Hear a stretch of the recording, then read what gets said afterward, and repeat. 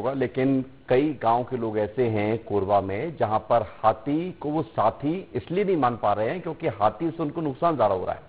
और हाथी से प्रभावित 3 रेंज केंदई, चोटिया और पसान रेंज के 60 गांव के गांव वालों ने अब धरना प्रदर्शन शुरू कर दिया और वन विभाग के खिलाफ नाराजगी जाहिर की है। देखिए, कोरबा जिले में हाथियों के उत्पाद और फसलों के नुकसान से किसान और ग्रामीण त्रस्त हैं।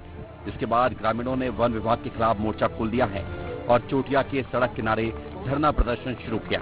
इसके पहले किसानों ने वन विभाग को हाथी के नुकसान से अवगत कराया था, लेकिन निराकरण नहीं होने पर 60 गांव के लोग वन विभाग के खिलाफ धरने पर बैठ गए हैं। यहां किसानों ने विभाग से हाथी के नुकसान से बचाव, फसल नुकसान से मुआवजा राशि में बढ़ोतरी, फसल की सुरक्षा के लिए पुख्ता इंतजाम समेत तमाम मुद्दों को रखा है और निराकरण के लिए 15 दिन का समय लिया है।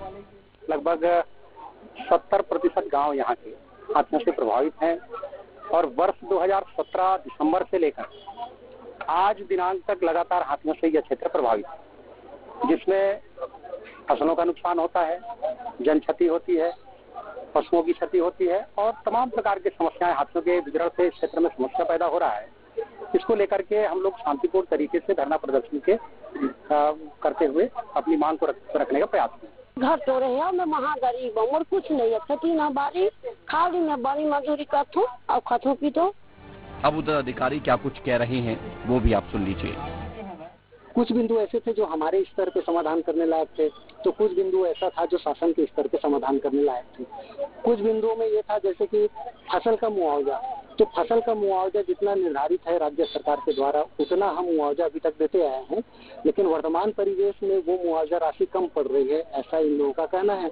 जो कि इनके बात को समझते हुए हमने इनको आश्वस्त किया है, इनके बात को हम राज्य सरकार को बताएंगे, शासन को बताएंगे। हाथी प्रभावित क्षेत्र में 72 स्थानों पर चिन्हांकित करके सोलर हाई मास्ट लाइट लगाया जा रहा है।